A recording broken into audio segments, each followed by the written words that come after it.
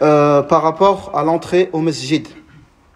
Donc, comme vous savez tous, malheureusement, ce qui fait les choses, c'est Allah Azza wa Jal. Ce n'est ni moi, ni un responsable, ni Fulan, ni celui qui ouvre ou qui ferme la porte. Celui qui fait les choses, qui fait le destin, c'est Allah Azza wa Jalla. Et Allah, il a fait en sorte qu'il y ait un virus qui traîne. Ok, si tu n'as pas peur, tant mieux pour toi. Si tu as peur, c'est pas grave. Tant que tu as peur plus d'Allah que ces choses-là. Le but, c'est pas d'avoir peur ou pas avoir peur. Le but, c'est l'organisation.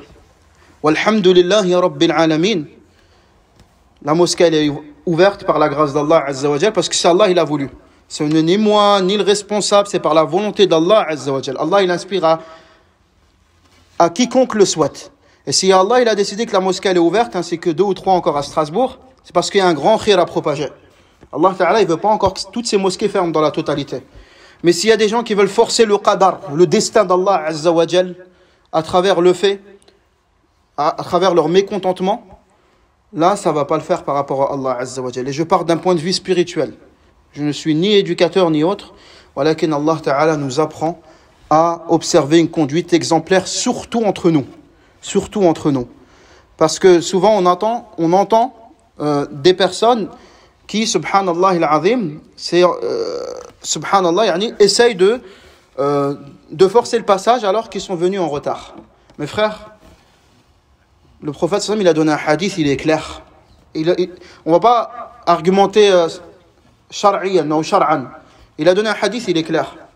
Il a dit, celui qui vient tôt à al-Jumu'ah, il a la récompense d'un chameau.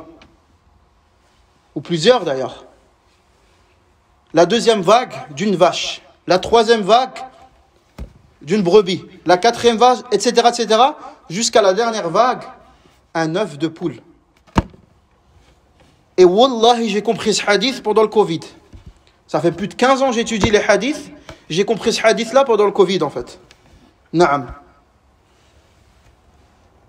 On ne peut pas pénaliser ceux qui sont venus plus tôt par rapport à ceux qui viennent en retard. Des fois, il faut se dire, ce mektoub, Allah, il n'a pas voulu, c'est comme ça. J'irai et je ferai l'effort prochainement, Inch'Allah. Demain, la situation s'améliore, bihawlillah. Pourquoi pas, Allahu a'lam, pourquoi pas, Inch'Allah, accueillir tout le monde. Mais sachez, c'est contre la volonté des administrateurs. Qu'est-ce que j'aimerais, moi, que la mosquée soit remplie, que des fidèles écoutent, ils repartent avec le cœur rempli, masha'Allah. Walakin Allah, là, il est en train de choisir pendant cette période. Si là, tu m'écoutes, c'est qu'Allah Ta'ala, il t'a choisi. Wa qulil hamdulillah. Et si la semaine prochaine, tu m'as pas, subhanallah al-azim, tu n'as pas pu venir à Jumu'ah, c'est derrière qu'il y a une petite épreuve. Ça ne veut pas dire que tu es mauvais. Ça veut dire tout simplement qu'il y a des gens qui sont un peu plus meilleurs aux yeux d'Allah Azza wa Jal et qui sont méritants par rapport à leur action et qui sont venus par volonté d'Allah et pas par leur propre volonté. Donc, la fixation des règles, c'est pas nous, on l'impose.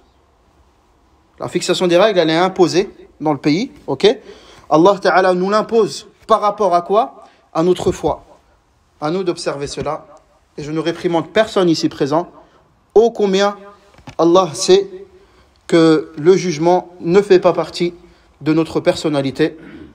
Hada wallahu a'lam, mais quand il faut dire les choses, il faut le dire.